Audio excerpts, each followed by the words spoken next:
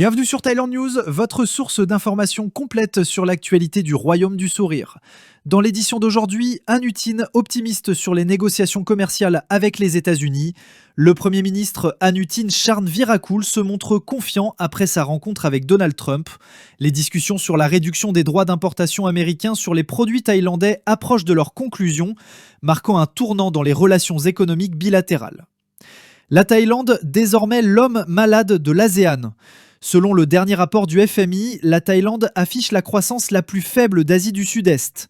Dette record, système bancaire affaibli et compétitivité industrielle en déclin, l'économie du royaume traverse une crise profonde nécessitant des réformes structurelles majeures.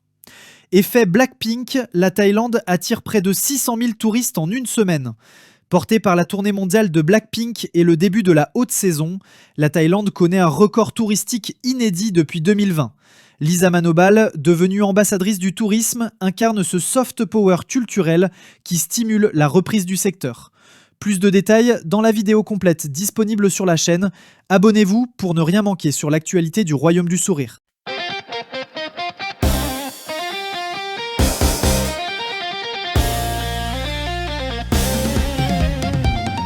Le Premier ministre Anutin Charnvirakul s'est dit confiant quant à l'avancement positif des négociations commerciales entre la Thaïlande et les États-Unis, évoquant sa discussion personnelle avec le président américain Donald Trump comme un tournant majeur. À la suite d'une rencontre informelle avec M. Trump, après le dîner de gala des dirigeants économiques de l'APEC à Gyeongju, en Corée du Sud, M. Anutin a exprimé sa gratitude envers le président américain pour son rôle dans la médiation de l'accord de paix entre la Thaïlande et le Cambodge. Il a précisé que les deux dirigeants avaient également évoqué les négociations en cours visant à réduire les droits d'importation américains sur les produits thaïlandais, désormais à leur phase finale avant la signature d'un accord. M. Anutin a demandé à M. Trump de soutenir la Thaïlande afin d'obtenir des conditions plus favorables, reflétant l'amitié de longue date entre les deux nations. Le président américain a répondu positivement et s'est engagé à consulter le représentant américain au commerce pour s'assurer que la Thaïlande bénéficie au maximum de cet accord. Interrogé sur les perspectives de ces discussions, M. Anutin a rappelé qu'il avait déjà rencontré M. Trump à 2 reprises, d'abord lors du sommet de l'ASEAN en Malaisie, puis au sommet de l'APEC en Corée du Sud. Le président Trump est très occupé, mais il s'est souvenu de nos échanges, a déclaré M. Anutin. Après notre conversation, alors qu'il saluait d'autres dirigeants, il est même revenu vers moi pour réaffirmer qu'il parlerait aux représentants américains au commerce. Cela montre qu'il a vraiment retenu nos discussions. Les perspectives sont donc très bonnes. Le Premier ministre a également observé un regain d'intérêt international pour la Thaïlande, illustré par les nombreuses rencontres bilatérales qu'il a tenues avec presque tous les États membres lors du sommet de l'ASEAN en Malaisie. Durant le sommet de l'APEC en Corée du Sud, il doit également s'entretenir avec le Premier ministre canadien Mark Carney, le président chinois Xi Jinping et le président sud-coréen Lee Jae-myung. M. Anutin a par ailleurs échangé avec les représentants de la coalition économique États-Unis-APEC aux côtés de dirigeants de grandes entreprises américaines telles qu'Amazon, Boeing, Citi, Johnson & Johnson, Mastercard, Merck, PayPal et Organon. Il a souligné le rôle essentiel du secteur privé américain dans la croissance et le développement économique, tant dans la région Asie-Pacifique qu'en Thaïlande. Le gouvernement thaïlandais accorde une grande importance à la participation des entreprises américaines et reste ouvert à leurs propositions pour améliorer le climat des affaires et faciliter les investissements, a-t-il affirmé.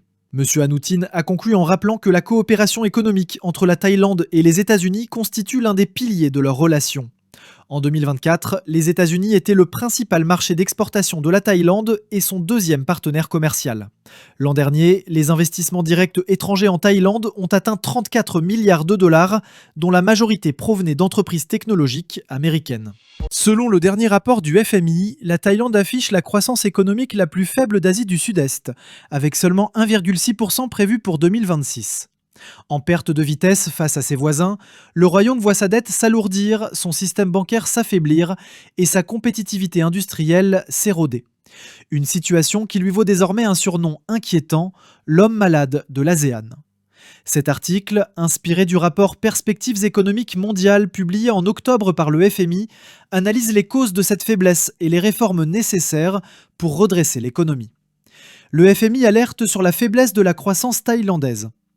La Thaïlande devrait enregistrer la plus faible croissance du PIB de l'ASEAN en 2026 avec 1,6% et la deuxième plus basse d'Asie, juste devant le Japon, 0,6%.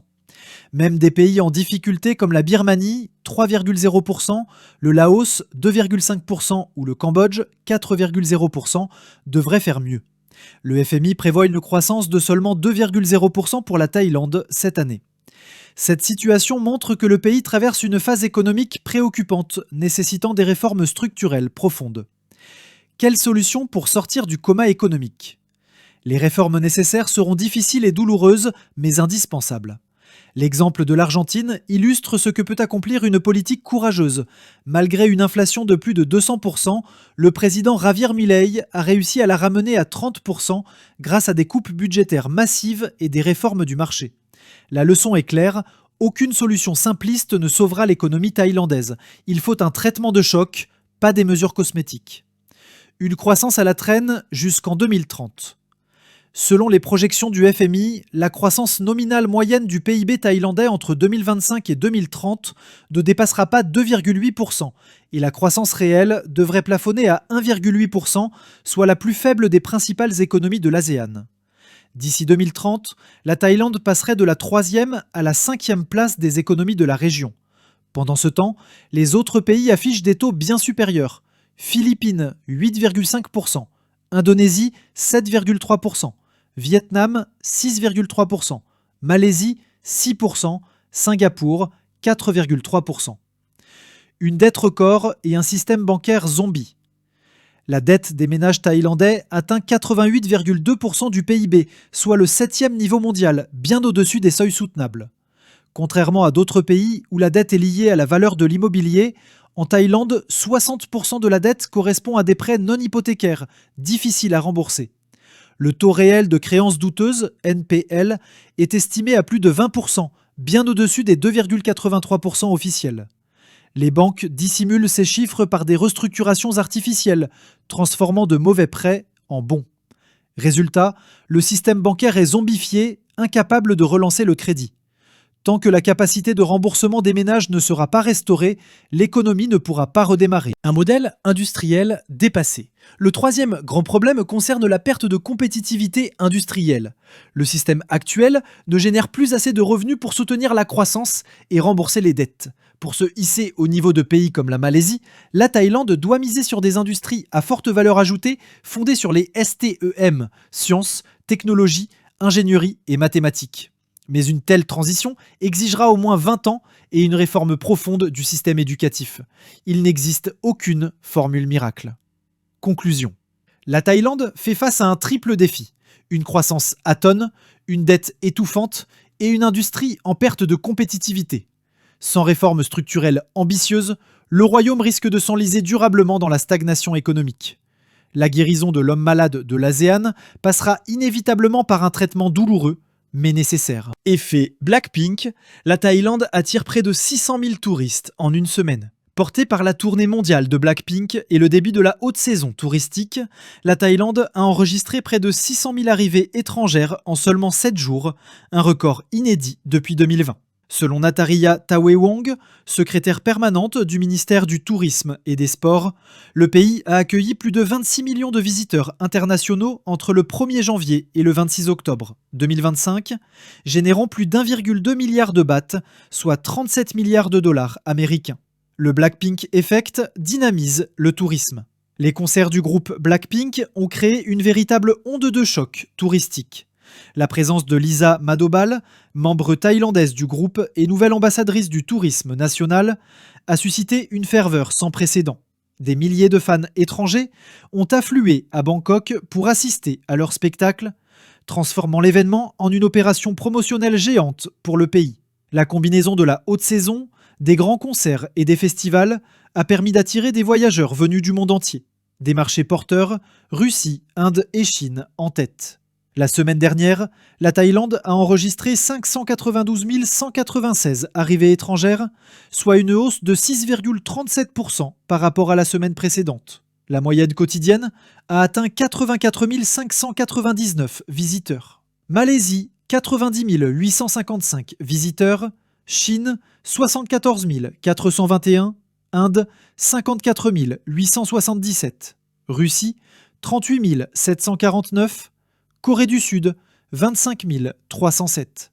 L'Inde affiche la plus forte progression, plus 31,3%, suivi de la Russie, plus 30,55%, et de la Chine, plus 12,2%. Les arrivées en provenance de Malaisie et de Corée du Sud ont légèrement reculé. Cette dynamique est également liée aux célébrations de Diwali, aux grands événements musicaux internationaux comme le Blackpink Deadline World Tour 2025 et le concert ZHU Crazy in Love à Bangkok. Des politiques qui soutiennent la reprise. Les autorités prévoient une hausse continue des arrivées dans les prochaines semaines, portée par la haute saison touristique, les exemptions de visa mises en place par le gouvernement et la hausse des fréquences de vol vers la Thaïlande. 1,2 milliard de bahts de recettes touristiques en 2025. Au 27 octobre, les recettes touristiques cumulées atteignaient 1,21 milliard de bahts, confirmant la forte reprise du secteur. Cependant, les arrivées totales depuis le début de l'année restent inférieures de 7,25% à celles enregistrées sur la même période en 2024. Malgré ce léger recul, la Thaïlande peut se féliciter d'un retour massif des visiteurs internationaux et d'un effet d'image mondial sans précédent, grâce à l'influence culturelle de Blackpink et de Lisa Manobal. Merci d'avoir regardé. Abonnez-vous pour ne rien manquer de l'actualité en Thaïlande et partagez autour de vous. À demain, même heure.